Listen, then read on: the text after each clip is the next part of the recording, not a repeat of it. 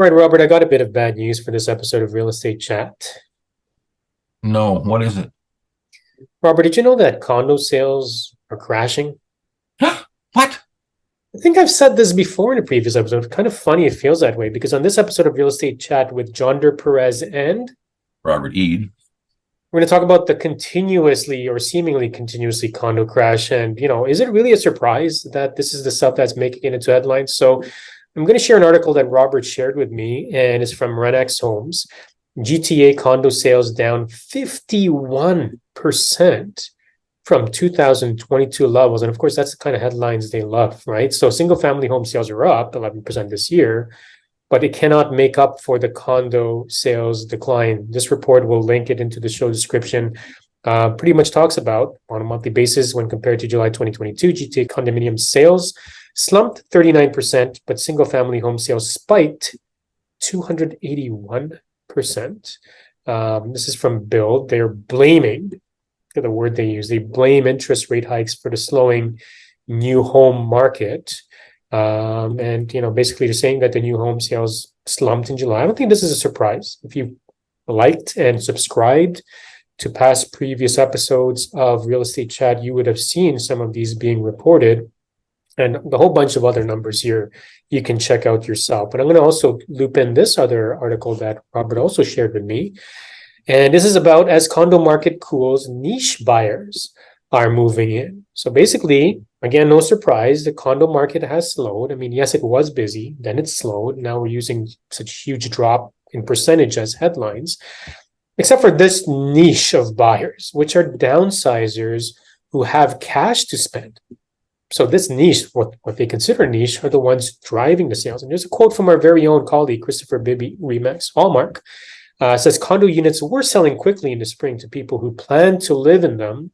Potential sellers saw sales bouncing back, and of course, they began to list more units. And of course, what happens when you list more units? Inventory swells. And then Bank of Canada's interest rate hikes, the successive ones that just happened, doused the enthusiasm of buyers. And it's another quote, it very quickly took out those ideal conditions and deflated the market. Robert. Yes, sir. Are you surprised by this? No, I just have to read very, very carefully the headline and then the body. If you compare anything, you have to look at what your starting point of the comparison and the finishing point of your comparison, and then what you're comparing it to. Is that a good starting point and finishing point for the comparator and for your subject? And if it's not, then it's silly. I guess what we should take this to, Robert, is knowing this information, knowing that condo sales are slumping, knowing that interest rates and potential for more rate hikes are coming.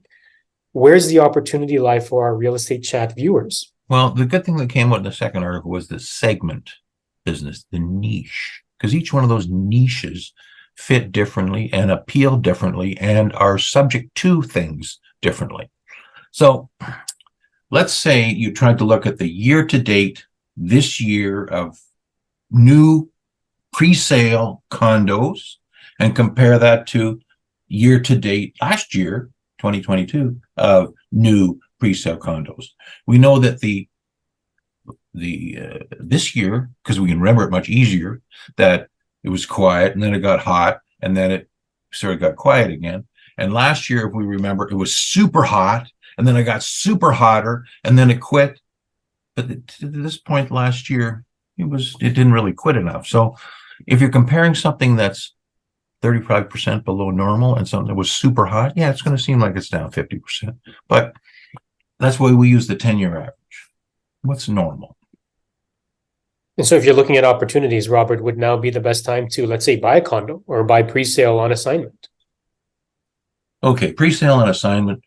I've never been in favor of pre-sale condos because they are aimed not at the end user. And if you're an end user, then you want to go in there and look and see what's the closet like, what's the bathroom like, what's the view like, what's the balcony, what's the construction, what's the ceiling height, what are the fixtures that were picked by this original spec buyer who is never going to live there. And if you put the lousy basic standard stuff in there, are you going to have to renovate the whole darn thing? So you're not buying a rental unit, you're buying somewhere place to live. And that's where, again, we've got the segments. And the niche that Mr. Bibby was talking about is owner occupiers who are looking for quality. And so they're always going to be around looking to pick the very best plums from the very best tree at a time when they find a seller who's the very most earnest to sell.